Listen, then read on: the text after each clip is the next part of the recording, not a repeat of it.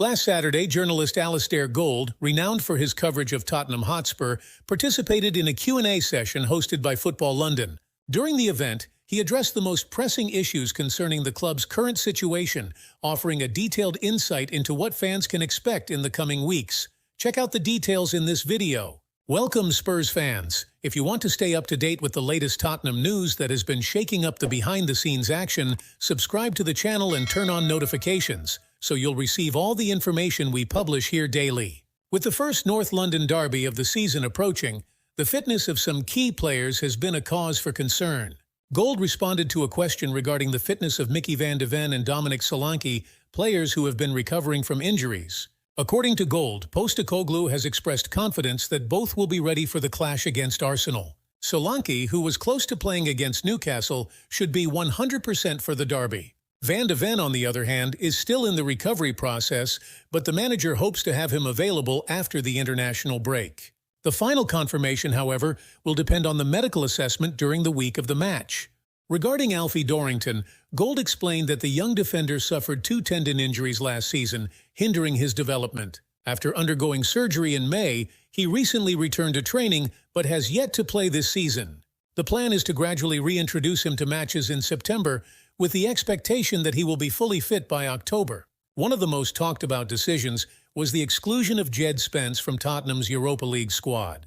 Despite impressing in pre-season with his attitude and performances, Spence was left out to allow the manager to include the experienced goalkeeper Fraser Forster in the group.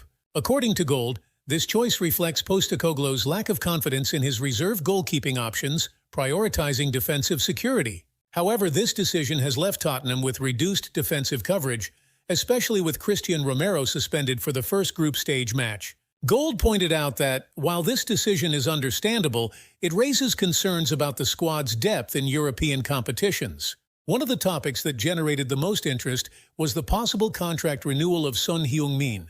Gold expressed optimism about a new deal, emphasizing Son's importance to Tottenham, both in terms of performance and leadership. He mentioned that, although the club already has an option to extend the player's contract by another year, it's likely that negotiations for a longer-term deal will progress soon, given Son's central role in the team and his popularity among fans. In addition to the main issues, Gold also answered questions on other relevant topics for Tottenham's future. He commented on Alfie Devine's loan move to Westerlo, highlighting that, while other options had emerged in England, the Jupiler League would be a good test for the player's technical development.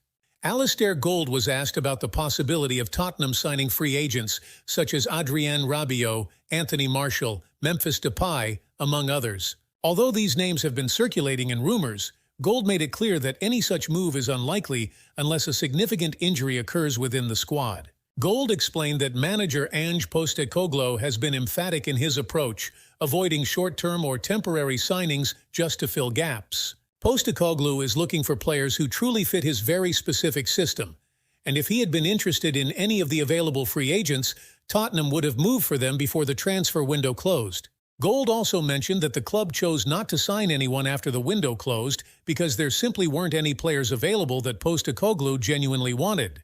Therefore, unless an injury or a serious squad coverage issue arises, it's unlikely that Tottenham will pursue names like Rabiot, Martial, Depay, or others. Finally, Alasdair addressed the possibility of new external investments in the club. Despite previous discussions, he suggested that the club has yet to find a sufficiently attractive proposal to consider seriously, indicating that Spurs will continue to focus on developing the current team.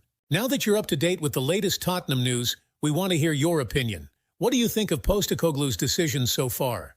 Do you believe Son Heung-min's contract renewal should be a priority? Leave your comments below, and don't forget to like the video and subscribe to the channel to keep receiving the latest Spurs news exclusively. See you next time. Come on, you Spurs.